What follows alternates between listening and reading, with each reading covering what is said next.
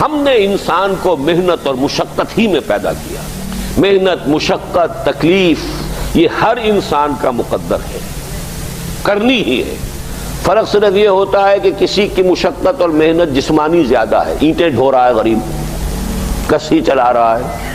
کسی کی محنت مشقت ذہنی زیادہ ہوتی ہے، بیٹھا ہوا تو ہے آرام کرسی پر، ریوالونگ چیئر ہے بڑی آرام دہ، لیکن اس کی جو ذہنی مشقت جو وہ کر رہا ہے. جو جسمانی مشقت کرتا ہے وہ رات کو پاؤں پھیلا کر سوتا ہے، چاہے روٹی بھی پوری نہ ملی ہو، لیکن اسے پتہ نہیں ہوتا رات کب گزر گئی. اور یہ دوسرے جو ہوتے ہیں انہیں رات کو بھی نیند نہیں آتی، مخملی گدیلوں پر بھی نہیں آتی. انہیں ضرورت ہوتی ہے ہپنوٹکس کی بھی، سیڈیٹیوز کی بھی، ٹرینکولائزرز کی بھی، یہ ساری چیزیں وہاں چلتی ہیں، اس لیے کہ ان کی جو کوفت ہے وہ کسی اور قسم کی. لیکن بچا ہوا کوئی نہیں ہے. محنت، مشقت قرآن نے اتنی قسمیں کھا کر اللہ نے کہا ہے. ہم نے انسان کو، یہاں کسی انسان کی تخصیص نہیں ہے. محنت، مشقت، اور اس محنت مشقت کے ساتھ اس میں غالب نے ایک اور رنگ داخل کیا ہے، اس کے ساتھ غم بھی. مثلا حیوان اور انسان میں کیا فرق ہے؟ بیل ہے، کولو چلا رہا ہے، مشقت تو وہ بھی کر رہا ہے. بار برداری کا اونٹ ہے، بوجھ ڈھو رہا ہے ادھر سے ادھر تک، محنت تو وہ بھی کر رہا ہے. انسان محنت بھی کرتا ہے، مزید اس کو رنج اور غم جو سابقہ اس کو پیش آتا ہے. بیل کو پتہ بھی نہیں ہوگا میری کو اولاد بھی ہے، نسل بھی ہے، وہ کوئی بیمار ہے، کس حال میں ہے. گائے کو بھی اپنے بچے کی خبر ہوگی، وہ چھوٹا سا جب ہے دودھ پیتا ہے، اس کے بعد اسے کیا پتا وہ کہاں گیا کہاں نہیں ہے.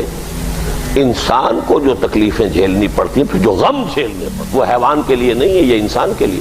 اسی لیے کہا غالب نے کہ قید حیات و بند غم اصل میں دونوں ایک ہیں. موت سے پہلے آدمی غم سے نجات پائے کیوں؟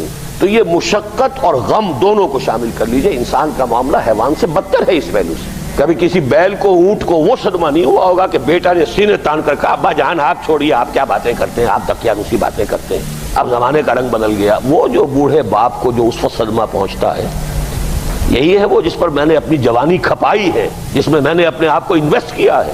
آج یہ میرے سامنے کھڑا ہو کر کیا کہہ رہا ہے. اور یہ تو میں نے بڑی ہلکی مثال دی ہے.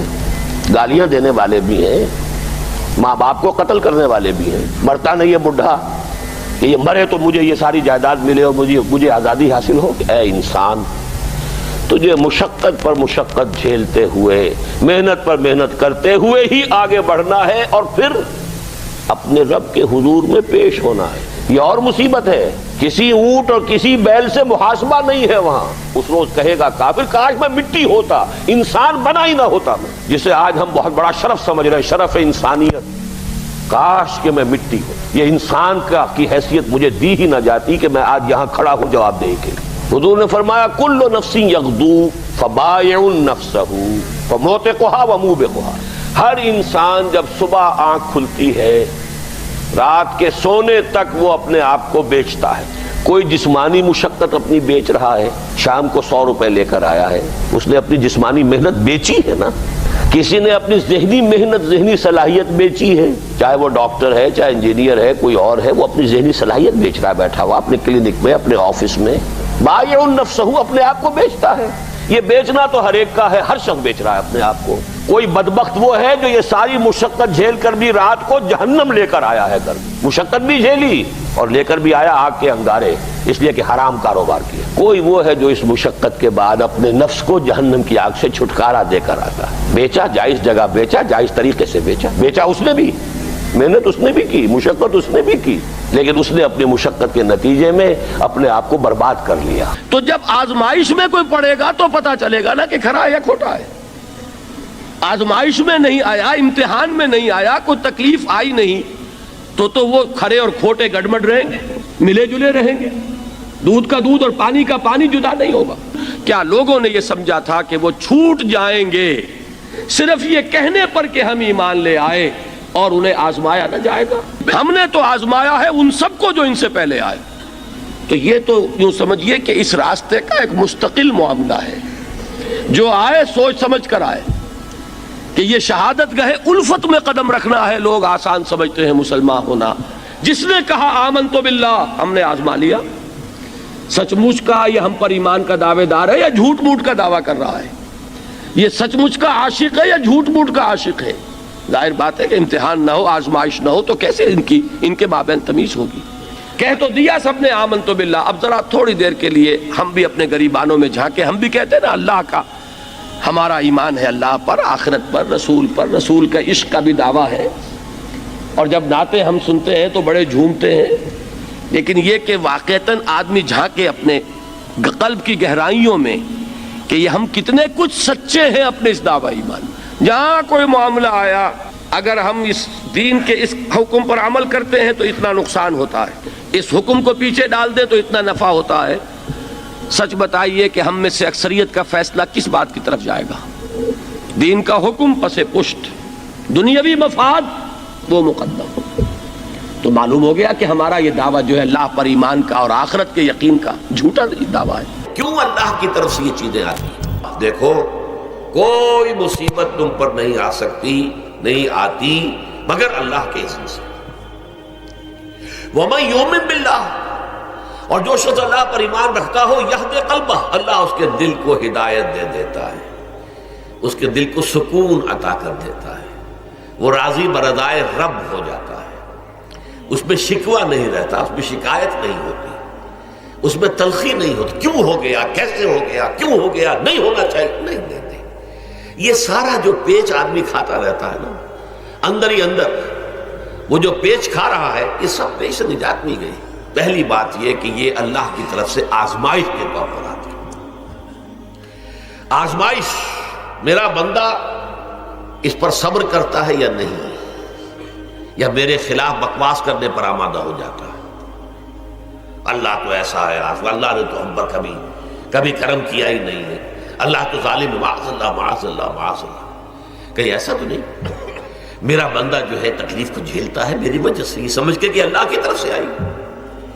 یہ سب جو ہے یہ بہت بڑی کامیابی ہے اگر انسان کو حاصل ہو جائے.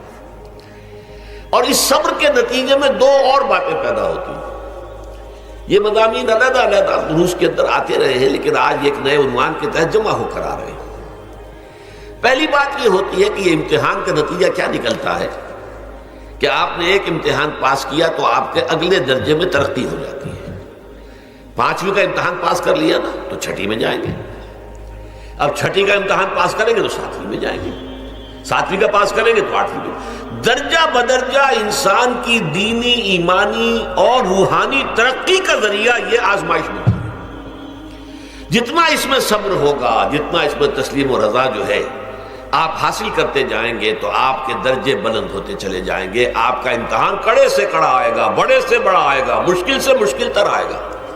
ایک وقت میں ایم اے کا امتحان بھی آپ کو دینا ہوگا.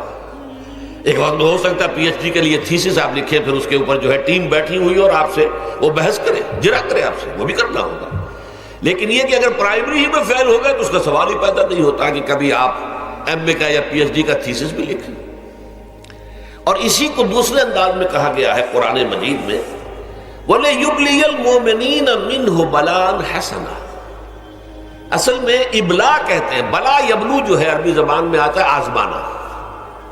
خلق الموت والحیات لیبلوکم ایکم احسن عملا. یہی معنی ابتلا کے میں، ابتلا یبتلی آزمانا. ابلا یبلی جو آتا ہے باب افعال سے، اس میں آتا ہے کسی کو کسی تکلیف میں ڈال کر اس کو نکھارنا، کہ اس کا جوہر نکھر جائے، اس کے اندر جو خیر ہے وہ اور چمک جائے، لوگوں کو بھی معلوم ہو جائے کہ یہ شخص اس مقام کا اہل ہے، اس کے اندر یہ صلاحیت ہے، اس میں یہ قوت موجود ہے.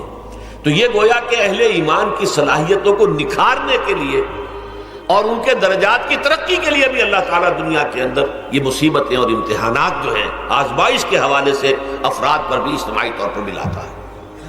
اور ایک اس کا اور بھی ہے، اہل ایمان پر اس طرح کی ابتلاء و آزمائش کی ایک نوعیت اور بھی ہے، اور وہ یہ ہے کہ جو بھی آپ سے غیر ارادی طور پر یا یہ کہ آپ نے کوئی گناہ ارادی طور پر بھی کر لیا، اللہ تعالیٰ اس کی سزا اسی دنیا میں دے کر آخرت کی سزا سے محفوظ کر دیتا.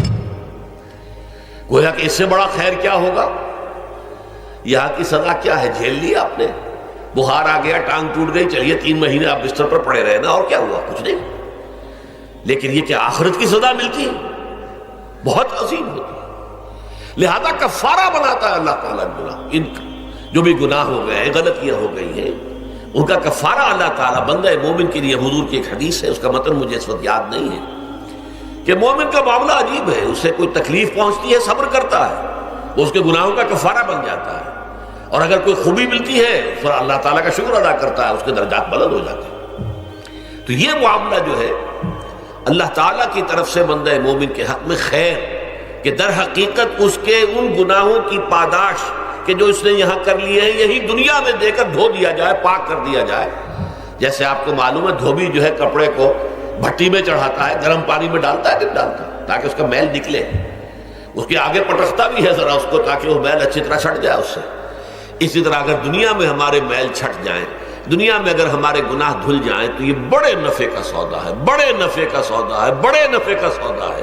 اس اعتبار سے آپ غور کیجئے کہ اگر یہ حقائق ہمارے سامنے رہے تو کیا کوئی تکلیف دنیا کی ہمیں بھاری محسوس ہوگی؟